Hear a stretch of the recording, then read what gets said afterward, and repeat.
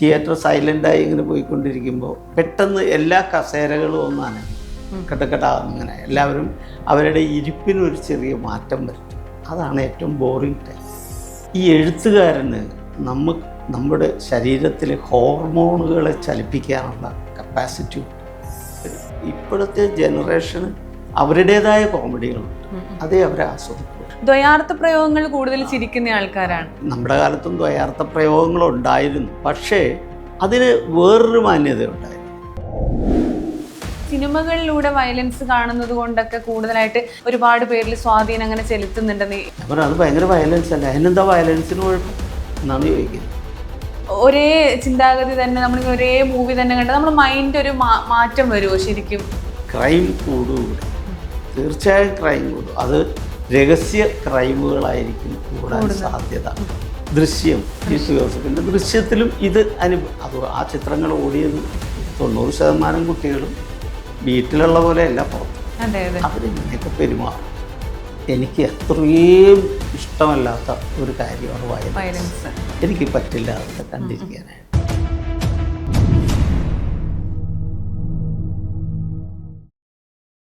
ഒരു കാലത്ത് തിയേറ്ററുകളിൽ ചിരിയുടെ മാലപ്പടക്കത്തിന് തിരികൊളുത്തിയ റാഫി മെക്കാട്ടിൻ കോംബോയിലെ മെക്കാട്ടിൻ സാറാണ് ഇന്ന് നമ്മോടൊപ്പം ഉള്ളത്. പഞ്ചാബി ഹൗസ്, നമ്മൾ ഒരിക്കലും ആവർത്തന വിരസതയില്ലാതെ കാണുന്ന ഒരു ചിത്രമാണ് പഞ്ചാബി ഹൗസ് എന്ന് പറയുന്നത്. അതുപോലെ തന്നെ പാണ്ടിപ്പടയാകട്ടെ, ചതിക്കാത്ത ചന്തു ആവട്ടെ, പുതുക്കോട്ടയിലെ പുതുമണവാളിനാകട്ടെ, അങ്ങനെ പട്ടിക നീളുകയാണ്. അപ്പോൾ സാറിൻ്റെ പുതിയ വിശേഷങ്ങളും കാര്യങ്ങളൊക്കെ നമുക്ക് ചോദിച്ചറിയാം. നമസ്കാരം സാർ. നമസ്കാരം. എന്തൊക്കെയുണ്ട് പുതിയ വിശേഷങ്ങളൊക്കെ? എല്ലാം പുതിയ വിശേഷമാണ് ഇപ്പോൾ. എല്ലാം പുതിയതാണ്. സാറ് എന്താ പറയാ, പ്രേക്ഷകർ ഒരു കാലത്ത് ചിരിയുടെ മുൾമുനയിൽ നിർത്തിയ ഒരുപാട് ചിത്രങ്ങൾ റാഫി മെക്കാട്ടിൻ കോംബോയിൽ പിറന്നിട്ടുണ്ട്. ശരിക്കും നല്ലൊരു തമാശക്കാരാണോ രണ്ടുപേരും? മെക്കാട്ടിൻ സാർ ഇപ്പോൾ ഇങ്ങനെ ഒരു തമാശയൊന്നുമില്ലാതെ ഭയങ്കര സീരിയസ് ആയിട്ട് എൻ്റെ മുന്നിൽ ഇരിക്കുന്നത്. തമാശയാണോ ശരിക്കും? കോമഡി ഉണ്ടോ? അതെങ്ങനെ ഞാൻ പറയും, നിങ്ങളാണ് അത് വിലയിരുത്തി അസസ് ചെയ്യേണ്ടത്. പറയുന്ന പോലെയാണ്. തമാശ പറയേണ്ട സ്ഥലത്ത് പറയാം, എല്ലാവർക്കും പറയാം. എനിക്ക് മാത്രമല്ല, ലോകത്തെ എല്ലാവർക്കും തമാശ പറയേണ്ട സ്ഥലത്ത് നമ്മൾക്ക് തമാശ പറയാം. ഇനി അത് കേൾക്കാൻ, ആസ്വദിക്കാൻ കഴിവുള്ള ഒരാളും കൂടി ആയിരിക്കണം നമ്മുടെ മുമ്പിലിരിക്കുന്നത്. ആ നിലവാരത്തിന് വ്യത്യാസങ്ങളുണ്ടെങ്കിൽ ഒരു തമാശ നമ്മുടെ കേൾക്കൂല. അത് ശരി, അത് ആസ്വദിക്കാനും അത് പെട്ടെന്ന് കത്തുകയും വേണം. തമാശയാണ്. അതെ അതെ അതെ അതെ അങ്ങനെ ഒരുപാട് അനുഭവങ്ങളുണ്ട്. ഒരു തമാശ പറഞ്ഞിട്ട് അത് മനസ്സിലാകാതെ അതിന് വേറൊരു സീരിയസ് കൗണ്ടറൊക്കെ തന്ന ആളുകളൊക്കെ ഉണ്ട്. നമ്മൾ പതുക്കെ സ്കൂട്ടാകാരെ നോക്കുള്ളൂ. പെട്ടെന്ന് നമ്മൾ അങ്ങനെ പറയും, മറ്റേ ട്യൂബ് ലൈറ്റ് ആണെന്ന് പറയും, പെട്ടെന്ന് കത്താത്തത്. അതെ, അപ്പൊ അങ്ങനെയുണ്ട്. അതിന്റെ വൈസ് വേർഡ്സേ ഉണ്ട്. നമ്മൾ വളരെ സീരിയസ് ആയ ഒരു മാറ്റർ പറഞ്ഞിട്ട് അത് തമാശ ആയിട്ട് എടുത്തവരും ഉണ്ട്. അപ്പൊ രണ്ടും ശരിയല്ല, രണ്ടും കുഴപ്പമാണ്. അപ്പോ ഇപ്പൊ മെക്കാട്ടിൻ സാറിന്റെ റാഫി മെക്കാട്ടിൻ കോംബോയിലെ സിനിമകൾ പറയുകയാണെങ്കിൽ, സിനിമകളിലേക്ക് നമ്മൾ വരുന്നതിന് മുൻപ് എപ്പോഴും നമ്മൾ പിടിച്ച ഒരു കോമഡി ട്രാക്ക്, അതിലൊരു ഇമോഷണൽ കണക്ഷനും കൂടി ഉണ്ടാവാറുണ്ട്. ആ ഒരു കോംബോയിലേക്ക് തന്നെ വന്നത് എന്തുകൊണ്ടാണ്? രണ്ടുപേരും അങ്ങനെ ചിന്തിച്ചെടുത്തൊരു തീരുമാനമായിരുന്നോ, അല്ലെങ്കിൽ അതാണ് പ്രേക്ഷകർക്ക് വേണ്ടത് എന്നൊരു? അല്ല, പ്രേക്ഷകരെ കുറിച്ച് നമ്മൾ ഒരുപാട് സ്റ്റഡി ചെയ്തിട്ട് തന്നെയാണ് സിനിമയിലേക്ക് ഇറങ്ങുന്നത്. കാരണം ഞങ്ങൾ എല്ലാവരും, പ്രത്യേകിച്ച് ഞങ്ങൾ രണ്ടുപേരും ധാരാളം സിനിമകൾ കാണുന്നവരാണ്. എല്ലാ സിനിമകളും ദിവസം 2 വെച്ച് കണ്ട ദിവസങ്ങളൊക്കെ ഉണ്ട്. അപ്പം അങ്ങനെ സിനിമകൾ കണ്ട്, അപ്പം നമുക്കറിയാലോ, പ്രേക്ഷകരോടൊപ്പം ഇരുന്ന് സിനിമ കാണുമ്പോൾ ഒരു പ്രേക്ഷകൻ്റെ എന്താണ് പ്രേക്ഷകന് വേണ്ടത് എവിടെയാണ്. അതുപോലെ ഞങ്ങൾ ശ്രദ്ധിച്ചിരിക്കുന്ന മറ്റൊരു കാര്യമുണ്ട്. തിയേറ്റർ സൈലൻ്റായി ഇങ്ങനെ പോയിക്കൊണ്ടിരിക്കുമ്പോൾ പെട്ടെന്ന് എല്ലാ കസേരകളും ഒന്ന് അനങ്ങും, കെട്ടക്കെട്ടാകുന്നിങ്ങനെ എല്ലാവരും അവരുടെ ഇരിപ്പിനൊരു ചെറിയ മാറ്റം വരുത്തും. അതാണ് ഏറ്റവും ബോറിംഗ് ടൈം. ഇരിപ്പ് കണ്ടുകൊണ്ടിങ്ങനെ ഇരുന്ന ആളുകൾ പെട്ടെന്ന് ഇങ്ങനെ ഒന്നാവും. കാരണം കുറേ നേരമായി ഇത് തന്നെ കണ്ടുകൊണ്ടിരിക്കുന്നതെന്നാണ് അവരുടെ മനസ്സിൽ.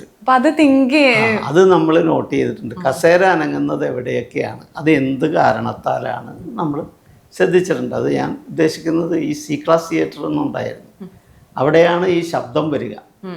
വലിയ തിയേറ്ററിലൊക്കെ കയറി അനങ്ങൂല. അതെ അതെ, ആദ്യത്തെ ഒരു തിയേറ്ററിലൊക്കെ അല്ലേ? അതെ, അത് ഈ സി ക്ലാസ് തിയേറ്റേഴ്സ്, ബി ക്ലാസ്സിലൊക്കെ മരക്കസേരയാണ്.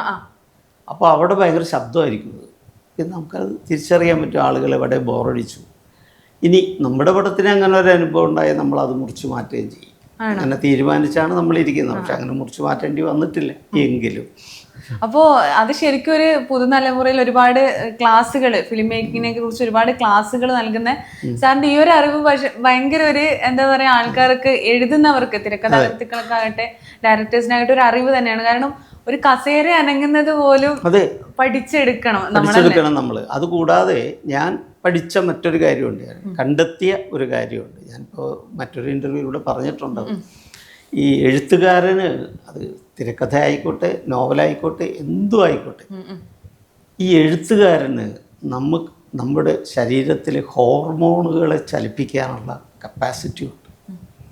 അതായത് നമ്മുടെ ശരീരത്തിൽ ഇത്ര അഡ്രിനാലിനുണ്ട്, പിറ്റ്യൂട്ടറി ഗ്ലാൻഡ് ഉണ്ട്. ഈ ഗ്ലാൻഡുകൾ, ഇപ്പോൾ പിറ്റ്യൂട്ടറി വർക്ക് ചെയ്യുന്ന നമ്മൾ ഭയം വരുമ്പോഴാണ്, ഒരു കാര്യം നമ്മുടെ ബ്ലഡിൽ അലിഞ്ഞ് കയറി നമുക്ക് ഗൂസ് ബംസ് ഉണ്ടാവുകയൊക്കെ ചെയ്യുന്നത് അപ്പോഴാണ്. അതുപോലെ അഡ്രിനാലിൻ നമ്മുടെ നെഞ്ചിടിപ്പിനെ കൂട്ടും. അങ്ങനെ ഓരോന്നും നമുക്ക് ചിരി വരും, കണ്ണീര് വരും. ഇതൊക്കെ വരുത്തുന്ന ഗ്ലാൻസ് ഉണ്ട് നമുക്ക്. ഇതിനെ അനക്കാൻ കപ്പാസിറ്റി ഉണ്ടാകണം നമ്മുടെ എഴുത്തിന്. ഈ എഴുത്തിൻ്റെ സീനിന് അതുണ്ടായിരിക്കണം. അതില്ലെങ്കിൽ ആ ചിത്രം ഓടില്ല. അത് പൊട്ടിയ പടത്തിൻ്റെ ലിസ്റ്റിൽ പെടുത്താൻ പറ്റും. ഇതിന് ഉള്ളൊരു ഉദാഹരണം മണിച്ചിത്രത്താഴ് കണ്ടു നോക്കും. എല്ലാ ഗ്രന്ഥികളും നമ്മുടെ ചലിക്കുന്നുണ്ട്. എല്ലാ ഗ്രന്ഥികളും ഇമോഷൻ എടുത്ത് കരയുന്നിടത്ത്, ചിരിക്കുന്നിടത്ത് ഭയം വരുന്നുണ്ട്, ഉദ്വേഗം ജനിപ്പിക്കുന്നുണ്ട്. എല്ലാം നമ്മുടെ തലച്ചോറ് പ്രവർത്തിച്ചുകൊണ്ടിരിക്കുകയാണ് മണിച്ചിത്രത്താഴ് കണ്ടുകൊണ്ടിരിക്കുമ്പോൾ. അതുപോലെ ദൃശ്യം, ജീത്തു ജോസഫിൻ്റെ ദൃശ്യത്തിലും ഇത് അത് ആ ചിത്രങ്ങൾ ഓടിയത് എത്ര ഡേയ്സാണെന്നറിയാൻ മറ്റു ചിത്രങ്ങൾ എടുത്ത് നോക്കിക്കോ. ഒരു രസവും ഇല്ല, തല്ലിപ്പൊളി പടമെന്നും പറഞ്ഞ ആളുകൾ ഇറങ്ങിപ്പോകുന്ന സിനിമകളില്ലേ, ഇതൊന്നും വർക്കൗട്ട് ആയിട്ടില്ല എന്ന് വേണം നമ്മൾ മനസ്സിലാക്കാനായിട്ട്. പക്ഷെ അങ്ങനെയുള്ള സിനിമകൾ ശരിക്കും പറഞ്ഞാൽ സംവിധായകർ കാണണമല്ലോ. ഓടാത്ത പടങ്ങൾ കണ്ടിട്ട് ശരിക്കും പറഞ്ഞാൽ അതിൻ്റെ അകത്തുനിന്ന് പ്രചോദനം ഉൾക്കൊള്ളണം അല്ലേ? അതെ, അതിൽ നിന്ന് പഠിക്കണം. പ്രചോദനത്തെക്കാൾ ഉപരി പഠിക്കുകയാണ് വേണ്ടത്. അതെ, അത് ചിത്രങ്ങളിട്ട് തന്നെ പഠിക്കണം ഒരുപാട്. അത് വേൾഡ് ക്ലാസിക്കലല്ല നമ്മൾ പോകേണ്ടത്, അതിന് എൻ്റർടൈൻമെൻറ്റ് ഫിലിംസ് അത് കാണണം. അതിന് ഭാഷയില്ല. ഇന്ത്യയിലെ ഏത് പടം നമുക്ക് കാണാൻ പറ്റും. ചിരിക്കേണ്ടോട് നമുക്ക് ചിരിക്കാൻ പറ്റും. ഇപ്പം ചാപ്ലിൻ ഒരു ഭാഷ ഉപയോഗിക്കാതെയല്ലേ നമ്മൾ ചിരിപ്പിച്ചത്. സിനിമയിൽ ഇപ്പം ചിരി എന്ന് പറയുന്ന ഒരു സംഭവം ഇപ്പം വളരെയധികം കുറഞ്ഞു വരികയാണ്. ഇപ്പം എല്ലാവരും സിനിമ വളരെ റിയലിസ്റ്റിക് ആയിട്ട് മാറുവാണ്. അപ്പോൾ അന്നത്തെ കോമഡികളൊക്കെ ഇന്ന് വർക്കൗട്ട് ആവും എന്ന് തോന്നുന്നുണ്ടോ? അല്ല, കോമഡിക്ക് കാലഘട്ടങ്ങളുണ്ട്. ഉദാഹരണത്തിന് ഞാൻ എൻ്റെ ചെറുതായിരുന്നപ്പോൾ ഞാൻ കേട്ട് ഒരുപാട് ചിരിച്ച കോമഡി ഇന്ന് ഒരാളും ചിരിക്കില്ല, ഒരാൾക്കും ചിരി വരില്ല. അപ്പോൾ ഈ കോമഡിയുടെ നിലവാരത്തിന് വന്ന മാറ്റം, ആസ്വാദനത്തിന് വന്ന മാറ്റം. അപ്പോൾ ഇന്നത്തെ ആളുകൾക്ക് ഇന്നത്തെ കോമഡി, പിന്നെ വേറൊന്ന് ഭാഷയിൽ മാറ്റം വന്നിട്ടുണ്ട്. അന്നില്ലാത്ത ഭാഷാ പ്രയോഗങ്ങളാണല്ലോ ഇന്ന് മുഴുവൻ, അല്ലേ? അന്നില്ല, ഇന്നുള്ള ഭാഷകളൊന്നും അന്നില്ല, പണ്ടില്ല. പക്ഷെ ഇന്ന് കൂടുതൽ പണ്ടെന്ന് പറയുമ്പോൾ കോമഡി, ഇപ്പോൾ പഞ്ചാബി ഹൗസിൽ നമ്മളൊരു സീൻ എടുക്കുവാണെങ്കിൽ അതിൽ നമ്മൾ പറയുകയാണെങ്കിൽ ബദിരനും മൂകനും ആയിട്ടുള്ള ആളായിട്ടാണ് ദിലീപ് ഉള്ളത്. പക്ഷെ ആ ദിലീപിൻ്റെ ക്യാരക്ടറിൽ അന്ന് നമ്മൾ ജബ എന്നൊക്കെ പറഞ്ഞിട്ട് ദിലീപിനെ ആ ഒരു ക്യാരക്ടറിനെ നമ്മളൊരു ആ ഒരു വൈകല്യത്തെ പോലും നമ്മൾ നർമ്മം പോലെയൊക്കെ ആക്കിയിട്ടുണ്ട്. പക്ഷെ ഇന്നാണ് അത് വരുന്നതെങ്കിൽ പൊളിറ്റിക്കൽ ഇൻകറക്ട്നെസ് എന്ന് പറഞ്ഞിട്ടൊരു കാര്യത്തിലേക്ക് അത് പോകും. അപ്പോൾ സാറിന് തന്നെ ഇപ്പോൾ എഴുതി വെച്ച പലതും ഇന്നത്തെ ഒരു സാഹചര്യത്തിലാണെങ്കിൽ അതൊരിക്കലും വർക്കൗട്ട് ആവില്ല എന്ന് തോന്നുന്നില്ല. വ്യത്യാസമുണ്ട്. ഇന്നത്തെ ആസ്വാദകർക്ക് വ്യത്യാസമാണ്, പ്രത്യേകിച്ച് കുട്ടികൾ. അവർ നമ്മുടെ കോമഡികളല്ലല്ലോ ചിരിക്കണേ, അവർക്ക് അവരുടേതായ ടെർമിനോളജി ഉണ്ട്. അത് വെച്ചിട്ടുള്ള ഒരു അവർക്കൊരു റാപ്പോ ഉണ്ട് ഈ കോമഡിയും അവരും തമ്മിൽ. നമുക്ക് ചിലപ്പോൾ അത് ചിരിക്കാൻ പറ്റില്ല. അതെ. അപ്പോൾ ഒരു ജനറേഷൻ ഗ്യാപ്പ് ഉണ്ട് ഇവിടെ ഇപ്പോൾ കോമഡിയുടെ കാര്യത്തിൽ. കൗണ്ടർ ഐഡിയൊക്കെ ഇപ്പം ഭയങ്കര, പിന്നെ ദ്വയാർത്ഥ പ്രയോഗങ്ങൾ കൂടുതൽ ചിരിക്കുന്ന ആൾക്കാരാണ്. അതെ. അപ്പോൾ ഈ നമ്മുടെ കാലത്തും ദ്വയാർത്ഥ പ്രയോഗങ്ങളുണ്ടായിരുന്നു, പക്ഷേ അതിന് വേറൊരു മാന്യത ഉണ്ടായിരുന്നു. വ്യത്യസ്തമായ ഒരു രീതിയിലായിരുന്നു അത് പ്രയോഗിച്ചിരുന്നത്. അത് ആലോചിച്ചാൽ മാത്രമേ കിട്ടുള്ളൂ, അല്ലെങ്കിൽ ചിലർക്കേ അത് മനസ്സിലാവുള്ളൂ എന്നൊക്കെ പറയുന്ന ഒരു ടൈപ്പായിരുന്നു, കോമൺ ആയിട്ടായിരുന്നില്ല. ഇപ്പോൾ എന്താണെന്ന് വെച്ചാൽ ഇപ്പോഴത്തെ ജനറേഷന് അവരുടേതായ കോമഡികളുണ്ട്, അതേ അവരെ ആസ്വദിക്കുള്ളൂ. അങ്ങനെ ബാക്കിയൊക്കെ നമ്മൾ തള്ളിക്കളയോ ഇതൊക്കെ പിന്നെ ഇതിന് ചേഞ്ചസ് വരുത്തിയതിൽ പ്രധാന പങ്ക് ട്രോളന്മാരും ഈ അങ്ങനെയുള്ളവരുമാണ്. ഈ നമ്മുടെ യൂട്യൂബ് മാത്രമല്ല വാട്സപ്പിലും ഫേസ്ബുക്കിലും ഒക്കെ ട്രോള് വരില്ലേ, അത് എൻറ്റയർലി ഡിഫറെന്റ്. നമ്മൾ ചിന്തിക്കാത്ത കാര്യമാണ് അവര് ബ്രില്യൻ്റ് ആയിട്ടുള്ള കോമഡിയാണ്, ട്രോളുകളാണ് വന്നുകൊണ്ടിരിക്കുന്നത്. ഞാൻ അത്ഭുതപ്പെടാറുണ്ട്, ഇവരെങ്ങനെ ഇത് ചിന്തിച്ചെടുത്തു എന്ന് നമ്മൾ ആലോചിക്കാറുണ്ട്. അപ്പൊ അത് ആ ഒരു നിലവാരത്തിലേക്ക് വന്നപ്പോൾ സിനിമയ്ക്കും അതിൻ്റെതായ മാറ്റങ്ങൾ വന്നു. അങ്ങനെ ഒരു സിനിമ എഴുതാൻ ബുദ്ധിമുട്ടുണ്ട്. അപ്പോൾ എല്ലാവരും വയലൻസ് ആണ് ഇപ്പോൾ കൂടുതലായിട്ട്. വയലൻസ് മൂവീസ് ഇഷ്ടമാണ്. ഇപ്പോൾ ഈ അടുത്ത് ഒരുപാട് ഇവിടെ ഫുൾ നീള വയലൻസ് ഉള്ള നമ്മുടെ ഉണ്ണിമൂന്ന് ചിത്രം, അങ്ങനെ ഒരുപാട് ചിത്രങ്ങൾ ഇറങ്ങി. അപ്പൊ അങ്ങനെ വയലൻസ് മൂവീസ് ആര് കാണാറുണ്ടോ? ഇല്ല, എനിക്ക് അത്രയും ഇഷ്ടമല്ലാത്ത ഒരു കാര്യമാണ് വയലൻസ്. എനിക്ക് പറ്റില്ല അതൊക്കെ കണ്ടിരിക്കാനായിട്ട്. അത് ഞാൻ പണ്ടേ കിം കിഡുക്കിൻ്റെ ഒരു പടം കണ്ടിട്ട് എനിക്ക് പകുതിക്ക് വെച്ച് നിർത്തേണ്ടി വന്നു. അത് എനിക്ക് പറ്റില്ല. അങ്ങനെയുള്ള നമ്മൾ ഒന്ന് ഒരു മെന്റലി നമുക്കൊന്ന് ഒരു സന്തോഷം കിട്ടണം, ഒരു ഫീല് കിട്ടണം. എനിക്ക് ഏറ്റവും വലുത് അതാണ്, ഒരു ഫീല് കിട്ടണം ആ ചിത്രത്തിൽ നിന്ന്. അതൊരു സ്റ്റില്ലായാലും മതി. എന്തുമാത്രം ഫീലാണ്. ഈ ചിത്രങ്ങളാണ് സംസാരിക്കുന്നതല്ലോ. ചിത്രങ്ങൾ സംസാരിക്കുമ്പോൾ നമുക്കുണ്ടാകുന്ന ഫീലാണ് കല, അല്ലെങ്കിൽ അത് കലയല്ല. 1000 വേർഡ്സിന് പകരമാണ് ഒരു ചിത്രം പറയുന്നത്. അപ്പോൾ ഈ ഒരു ഏത് കലാരൂപമാണെങ്കിലും നമുക്കുള്ളിലൊരു ഫീല് വരുമ്പോഴാണ് അത് കലയാകുന്നത്. അത് ആർക്കും ഫീൽ ചെയ്യാത്തൊരു വെറുതെ ഒരു കടലാസ് കഷ്ണമാണെങ്കിൽ അല്ലെങ്കിൽ ഒരു ക്യാൻവാസിൻ്റെ പീസാണെങ്കിൽ അതുകൊണ്ട് എന്താ അർത്ഥമുള്ളത്? അത് വെറുതെ വിറ്റുപോകും ചിലപ്പോൾ, പക്ഷെ അതിനൊരു ഫീലില്ല. അത് വയലൻസ്. പക്ഷെ ഇന്ന് നമ്മുടെ സമൂഹത്തിൽ ഒരുപാട് വയലൻസ്, കുട്ടികളൊക്കെ ഒരുപാട് എല്ലാവരും പറയുന്നുണ്ട് ഈ സിനിമകളിലൂടെ വയലൻസ് കാണുന്നത് കൊണ്ടൊക്കെ കൂടുതലായിട്ട്. സിനിമയായിരുന്നല്ലോ സാർ ഏറ്റവും കമ്മ്യൂണിക്കേഷൻ ഏറ്റവും വലിയൊരു മാധ്യമം എന്ന് പറഞ്ഞത് പണ്ടുകാലം മുതലേ സിനിമയായിരുന്നു. സാർ അത് വിശ്വസിക്കുന്നുണ്ട്? സിനിമ ഒരുപാട് പേരിൽ സ്വാധീനം അങ്ങനെ ചെലുത്തുന്നുണ്ടെന്ന് ഒരു പരിധിവരെ ഉണ്ടെന്നാണ് എനിക്ക് തോന്നിയിട്ടുള്ളത്. ഇപ്പോൾ ഒരു ഉദാഹരണം പറയുകയാണെങ്കിൽ ഈ കുട്ടികളിൽ വരുന്ന മാറ്റം. ഇപ്പം ഞാനൊരു കുട്ടിയോട് വെറുതെ ചോദിച്ചു, എനിക്കിഷ്ടപ്പെട്ടില്ലാത്ത ഒരു സിനിമ, ഒരിക്കത് സഹിക്കാൻ പറ്റില്ലാത്ത ഒരു സിനിമയാണത്. അപ്പം അവൻ എന്താ കുഴപ്പം? നല്ലതായിരുന്നു, നല്ല സിനിമയായിരുന്നു അത്. ഞാൻ പറഞ്ഞു അത് ഭയങ്കര വയലൻസ് അല്ലേ, അതിനെന്താ വയലൻസിന് കുഴപ്പം എന്നാണ് ചോദിക്കുന്നത്. അപ്പം ഈ കുട്ടികളുടെ പ്രത്യേകത എന്തൊക്കെയാണെന്നറിയോ? ഇവരിപ്പോൾ ഒരു ലിഫ്റ്റിൽ കയറിയാൽ അവർക്ക് പോകേണ്ടത് 5ാം നിലയിലേക്കാണ്. 5 കുത്തിയാൽ അവർക്ക് അവിടെ പോവാം. അവർ 1 മുതൽ 16 വരെ കുത്തും. എന്നിട്ട് 5ൽ ഇറങ്ങി അവരങ്ങ് പോകും. ഇനി അവരുടെ ഒരു ത്രില്ലാണ് ഈ ലിഫ്റ്റ് നിന്ന് ആവശ്യക്കാരനെ കിട്ടുകയില്ല. ഇനി ഒരുത്തൻ കയറിയാൽ അവരെല്ലാ നിലയിലും നിർത്തി ഇത് പോരുള്ളൂ. അപ്പോൾ അവനതൊരു ത്രില്ലാണ്, ഒരു സാഡിസം പോലെ. ആൾക്കാർ ചിലപ്പോൾ എവിടെയെങ്കിലും പോവാനായിരിക്കും, അപ്പൊ വെറുതെ അങ്ങനെ ചെയ്യുന്നവരുണ്ട്. താഴെ അതെ, അവർക്ക് ഒരു ബുദ്ധിമുട്ടുണ്ടാക്കിയാൽ ഇവന് കിട്ടുന്ന ഒരു സുഖമുണ്ട്. ഈ സുഖങ്ങളൊക്കെ കാണുന്നത് ഇതിൽ നിന്നാണ് ഒരു പക്ഷേ. ഞാൻ തീർത്തു പറയുന്നില്ല. പക്ഷെ പരിധിവരെ ഇന്ന് സോഷ്യൽ മീഡിയ സാഹചര്യം, ഇനിയിപ്പോൾ അതും അല്ലെങ്കിൽ പോലും സാഹചര്യങ്ങളിൽ നിന്നാണ് കുട്ടികൾക്ക് ഈ പ്രവണതകൾ ഉണ്ടാകുന്നത്. ഒരു 90% കുട്ടികളും വീട്ടിലുള്ള പോലെയല്ല പുറത്ത്. അവരിങ്ങനെയൊക്കെ പെരുമാറും. കാരണം അവരുടെ ഉള്ളിൽ ഒരുപാട് കാര്യങ്ങൾ അവർക്ക് ചെയ്യാനുണ്ടെന്നാണ് അവരുടെ തോന്നൽ. അതിങ്ങനെയുള്ള കാര്യങ്ങൾ അവർ ചെയ്യും. കാരണം അത് അവരൊറ്റയ്ക്ക് ആസ്വദിക്കുന്നുണ്ട് അതിൻ്റെ ഒരു ത്രിൽ. പിന്നെ അത് മാത്രമല്ല, അടച്ചിട്ട മുറികളിൽ ഇരുന്നിട്ട് ഇങ്ങനെ വയലൻസ് മൂവി കാണുന്നവര് ഒരുപാട് അങ്ങനെ വയലൻസ്. അപ്പം നമ്മൾ ഒരുപാട് നാള് ഇപ്പോൾ സാർ ഒരു വലിയ ഒരുപാട് നടന്മാരെ വാർത്തെടുത്ത ഒരു വലിയ സംവിധായകനാണ്. അപ്പം ഞാനൊരു കാര്യം പറയാം, നമ്മൾ ഒരുപാട് നാള് ഒരേ ചിന്താഗതി തന്നെ, നമ്മളിങ്ങനെ ഒരേ മൂവി തന്നെ കണ്ട് നമ്മുടെ മൈൻഡ് ഒരു മാറ്റം വരുമോ ശരിക്കും? ഒരുപാട് നാൾ ഒരേ പാറ്റേണിലുള്ള ഒരു മൂവി കാണുവാണെങ്കിൽ, ഇപ്പോൾ വയലൻസ് ആയിക്കോട്ടെ, ഇപ്പോൾ സെക്ഷലി നമ്മളെ സ്ത്രീകളെ ഹരാസ് ചെയ്യുന്ന മൂവീസ് കാണുമ്പോൾ അങ്ങനെ ത്രില്ല് കണ്ടെത്തുന്ന ഒരുപാട് കുട്ടികൾ ഉണ്ടാവുമല്ലോ. അപ്പം അങ്ങനെ ഒരു ചിന്താഗതിക്ക് മാറ്റം വരുമോ? തീർച്ചയായിട്ടും. മാനസിക വൈകല്യം സൃഷ്ടിച്ചെടുക്കപ്പെടുന്നത് അങ്ങനെയാണ്. ഒരു ചീത്ത കാര്യത്തിൽ ഇൻട്രസ്റ്റഡ് ആയാൽ, അത് ആരായാലും ഏത് പ്രായത്തിലായാലും, ഒരു മോശമായ കാര്യത്തിൽ ഇൻട്രസ്റ്റഡ് ആണ്, അത് രഹസ്യമായി അത് വീണ്ടും വീണ്ടും റിപ്പീറ്റ് ചെയ്യുന്നുണ്ടെങ്കിൽ മാനസിക വൈകല്യത്തിന് ഒരു തുടക്കമാണ്, ആരംഭം കുറിക്കുകയാണ്. ആ മാനസിക വൈകല്യം അയാളിൽ നിന്നും ഒരു മെന്റലി ഡിസോർഡർ, ആ ഡിസോർഡർ എന്നും അയാൾക്ക് ഉണ്ടായിരിക്കും. അത് പ്രത്യക്ഷത്തിലുണ്ടാവില്ലായിരിക്കും, അയാൾക്ക് സാഹചര്യം ഒത്തുവരുന്ന ചില ടൈമുണ്ട്, അതിലയാൾ അത് പ്രയോഗിക്കും. സ്വന്തമായിട്ട് ആസ്വദിക്കാൻ പറ്റുന്ന ഒരു ടൈമിൽ അത് ആസ്വദിക്കാം. പിന്നെ നമ്മൾ നേരത്തെ പൊളിറ്റിക്കൽ ഇൻകറക്റ്റ്നെസ് അല്ല, അതുകൊണ്ട് അതിൻ്റെ ഒരു ഇതുകൂടെ പറയാം. അതുകൊണ്ട് ഞാൻ വളരെ ആശങ്കപ്പെടുന്നത് ഇന്നത്തെ കുട്ടികൾ വലുതായി കഴിയുമ്പോൾ എന്തായിരിക്കും ഇവിടെ സംഭവിക്കുക പറയാൻ കഴിയില്ല. ഒരിക്കലും ക്രൈം കൂടും ഇവിടെ, തീർച്ചയായും ക്രൈം കൂടും. അത് രഹസ്യ ക്രൈമുകളായിരിക്കും കൂടാൻ സാധ്യത. കാരണം ഇവർ ഇപ്പോഴേ പഠിക്കുന്നത് രഹസ്യമായി ഒരു ക്രൈം എങ്ങനെ ചെയ്തിട്ട് അത് ആസ്വദിക്കാം എന്ന്. അങ്ങനത്തെ കുട്ടികൾ ഒരുപാടുണ്ട്. ഇപ്പോൾ അതിൻ്റെ ബിഗിനിങ് ആണ് പുകവലി.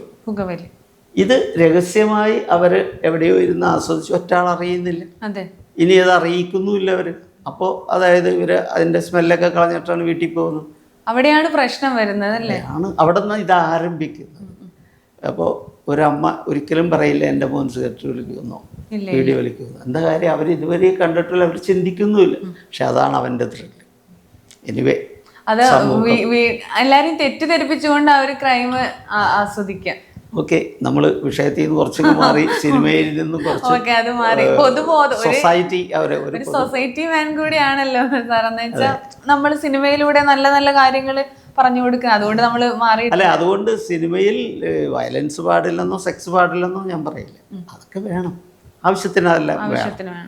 പക്ഷെ നമ്മൾ അത് മാത്രമായി പോകരുത്. പക്ഷെ അതേക്കുറിച്ച് നമ്മൾ പറയുവാണ്, പണ്ടത്തെ സിനിമകളിലായിരുന്നു കൂടുതലും ബലാത്സംഗ സീനുകളൊക്കെ ഉണ്ടായിരുന്നു. അതൊക്കെ ഇന്ന് കോമഡിയാണ്. ഇന്നത് ഭയങ്കര ട്രോളാണ്. ഇന്ന് അത് നമുക്ക് ആസ്വദിക്കാൻ പറ്റില്ല. വേറെ കോമഡി ആയിട്ടേ നമുക്ക് ആസ്വദിക്കാൻ പറ്റുള്ളൂ ആ ബലാത്സംഗങ്ങളും. അത് ഗോവിന്ദൻകുട്ടി ചേട്ടനോ ആരെങ്കിലുമൊക്കെ സ്ക്രീനിൽ വന്നാൽ നമുക്കറിയാം ഉറപ്പൊരു ബലാത്സംഗം. ഇത്ര ബലാത്സംഗം എന്നുള്ള രീതിയിലായിരുന്നു അന്നത്തെ ഓരോ സിനിമയിലെയും കണക്ക്. പക്ഷെ ശരിക്കും അത് ഇന്ന് കോമഡിയാണ്. പക്ഷെ ഇന്നത്തേതിൽ കൂടുതലായിട്ടും വയലൻസ് പോലെ ഇന്ന് ബലാത്സംഗ സീനുകൾ പോലും കാണിക്കുന്നത്. അന്ന് ജസ്റ്റ് ഒന്ന് കാണിച്ച് അപ്പൊ കഴിഞ്ഞു, അപ്പൊ നമുക്ക് മനസ്സിലാക്കി ഇവിടെ ബലാത്സംഗം നടന്നു എന്നുള്ളത്. അത് ഈ വടക്കൻ പാട്ടുകളിൽ പോലും അത് വളരെ വിദഗ്ധമായിട്ട് കയറ്റുമായിരുന്നു. രസമായിരുന്നു അത്. ഒരു കാലത്ത് അതൊക്കെ രസമായിരുന്നു. പക്ഷെ നമുക്കിന്നത് കോമഡിയല്ലേ, നമുക്കിന്നത് അങ്ങനെ ആസ്വദിക്കാൻ പറ്റില്ലല്ലോ. ഇന്നും സാറിന് എഴുതി വെച്ച പല കാര്യങ്ങളും ഇന്ന് ചിരിക്കാൻ പറ്റാതെ ഉണ്ടോ? പല സിനിമകളിലും വന്ന ഡയലോഗുകളൊക്കെ സാറ് തന്നെ വീണ്ടും വീണ്ടും ഇപ്പോ ചതിക്കാത്ത എന്തായാലും പാണ്ടിപ്പടയായാലും പഞ്ചാബ് കേസ് ആണെങ്കിലും സാറ് പിന്നീട് ഇപ്പോഴടുത്തെപ്പോഴെങ്കിലും ഒക്കെ ആ മൂവി പിന്നെ എടുത്ത് കാണുക അങ്ങനെയൊക്കെ ചെയ്യാറുണ്ട്. അപ്പൊ അതിലുള്ള കോമഡികൾ ഇത് വേണ്ടിയിരുന്നില്ല? ഇല്ല, അങ്ങനെയൊന്നും തോന്നാറില്ല. കഴിഞ്ഞത് കഴിഞ്ഞു. ഇനിയിപ്പോ അതിനെ റീറൈറ്റ് ചെയ്യാൻ പറ്റില്ലല്ലോ, നമുക്ക് പറ്റില്ല. നമ്മൾ ചെയ്തു പോയൊരു കാര്യമാണ്, അത് കഴിഞ്ഞു പോയി. ഇനിയിപ്പോ ഒന്നും അതിനെപ്പറ്റി ചിന്തിച്ചിട്ട് കാര്യമില്ല. പിന്നെ നമ്മൾ നേരത്തെ പറയുന്നത്, പക്ഷെ നർമ്മത്തിന് ശരിക്കും നമ്മൾ ഇന്ന് ഇത് പൊളിറ്റിക്കലി കറക്റ്റ് അല്ല എന്ന് പറഞ്ഞ് മാറ്റി നിർത്തുന്നത് പല കാരണങ്ങൾ കൊണ്ട്. അപ്പോൾ നമ്മളൊരു എന്താ പറയുക, നിറം കൊണ്ടോ അല്ലെങ്കിൽ ഒരാളുടെ രൂപം കൊണ്ടോ ഒക്കെ നമ്മൾ, പക്ഷെ അത് ഇപ്പോൾ ഇന്ദ്രൻ സേടിനെ കൊടക്കമ്പി എന്നൊക്കെ വിളിച്ചിട്ടുള്ള ഒരുപാട് അങ്ങനെ അദ്ദേഹത്തെ ആ രീതിയിൽ, പക്ഷെ അദ്ദേഹം പിന്നീട് അത് എന്നെ വേദനിപ്പിച്ചിട്ടുണ്ടെന്നൊക്കെ. പക്ഷെ ഞാനൊരു കാര്യം പറയട്ടെ, നമ്മൾ അദ്ദേഹത്തിൻ്റെ ആ ഒരു കാര്യം മാറ്റി നിർത്തിയ നമ്മൾ നർമ്മത്തിന് വേണ്ടി പല കാര്യങ്ങളും നമ്മളിപ്പോൾ നിറത്തിൻ്റെ പേരിലായാലും ആകൃതിയുടെ പേരിലായാലും ചെയ്യുന്നില്ല. അപ്പൊ നർമ്മത്തിന് അത് ആവശ്യമുണ്ടോ ശരിക്കും? അങ്ങനെയല്ല, നമ്മൾ എഴുതിയതിന്റെ പിന്നിലെ കാര്യം പറയാം. അതിനകത്ത് ഇന്ദ്രൻസ് അല്ല അവിടെ ഞങ്ങളുടെ മുന്നിൽ, ആ ക്യാരക്ടറാണ്. ഈ ക്യാരക്ടറിനെ ആ ക്യാരക്ടർ അങ്ങനെ വിളിക്കും ഇല്ലേ? എത്ര പേര് എടാ എന്ന് വിളിക്കുന്നുണ്ട്? എന്ന് അച്ഛനെ ആരെങ്കിലും എടാ എന്ന് വിളിക്കുന്നുണ്ട്? ഇല്ല. അതിന് ആ ക്യാരക്ടർ എന്താണ് ആ ക്യാരക്ടറെ വിളിക്കേണ്ടത് അത് തന്നെയാണ്. ഇത് ഒരുപാട് ഫ്രണ്ട്ഷിപ്പ് ആകുമ്പോഴും ഒരുപാട്, ഇപ്പോൾ ഒരു വേലക്കാരനാണെങ്കിലും ബന്ധം അനുസരിച്ച് അവരെ കുറേ പേരുകൾ വിളിക്കും, ചീത്ത വിളിക്കും, എല്ലാം വിളിക്കും. അത് നാച്ചുറലാണ്. അല്ലാതെ അവിടെ ഇന്ദ്രൻസിനെ നമ്മൾ കാണുന്നില്ല, കഥാപാത്രത്തിനെയാണ് കാണുന്നത്. പക്ഷെ അത് നമ്മൾ പലരും അത് അന്ന് അഭിനയിച്ച ആൾക്കാർ പലരും പുറത്തോട്ട് വരും പറയുന്നത് അന്ന് അത് കോമഡി ആയിരുന്നു, പക്ഷെ ഇന്നത് അങ്ങനെ തോന്നുന്നില്ല എന്ന് പറയും. പക്ഷെ ശരിക്കും ഒരു സിനിമയ്ക്ക് വേണ്ടി അത് ആവശ്യം. ഇന്ന് സിനിമകൾ ഭയങ്കര റിയലിസ്റ്റിക് ആയിട്ട് മാറി. അപ്പൊ അതിൽ കോമഡി എലമെന്റ്സ്, ഇങ്ങനെ പൊളിറ്റിക്കൽ കറക്റ്റ്നെസ് ഒക്കെ ഉള്ളതുകൊണ്ട് കോമഡി എലമെന്റ്സ് വളരെ കുറഞ്ഞു പോയി. അപ്പൊ അത് എന്താ പറയാ, കാലഘട്ടത്തിന് അനുസൃതമല്ല എന്ന് പറയുമ്പോൾ പോലും അതിന്റെ ഒരു അഭാവം ഇന്ന് മലയാള സിനിമയിലില്ലേ? അങ്ങനെ അത്തരം കോമഡികളുടെ ഉണ്ട്. അല്ല, ഇപ്പോൾ സിനിമയിലുള്ളൊരു കുഴപ്പം എന്താണെന്ന് വെച്ചാൽ എല്ലാം സൂക്ഷിച്ചെഴുതണം. ആദ്യം ഇത് മതവികാരങ്ങളെ വ്രണപ്പെടുത്തു നോക്കണം. പിന്നെ പേടിക്കേണ്ടത് രാഷ്ട്രീയക്കാരാരെങ്കിലും വേദനിപ്പിക്കുകയല്ല ചെയ്യണേ, ആരെങ്കിലും കളിയാക്കിയോ എന്ന് നോക്കണം. ഏതെങ്കിലും രാഷ്ട്രീയത്തെ അല്ല അവരുടെ തത്വത്തെ നമ്മൾ ഹനിക്കുന്നുണ്ടോ നോക്കണം. ഇനി വ്യക്തിത്വത്തെ, സ്ത്രീയെ, കുട്ടിയെ, ഇങ്ങനെയൊക്കെ നോക്കണം. ഈ ഓരോ വ്യക്തിത്വത്തെയും മാനിക്കണ്ടെന്ന് ഞാൻ പറയുന്നില്ല.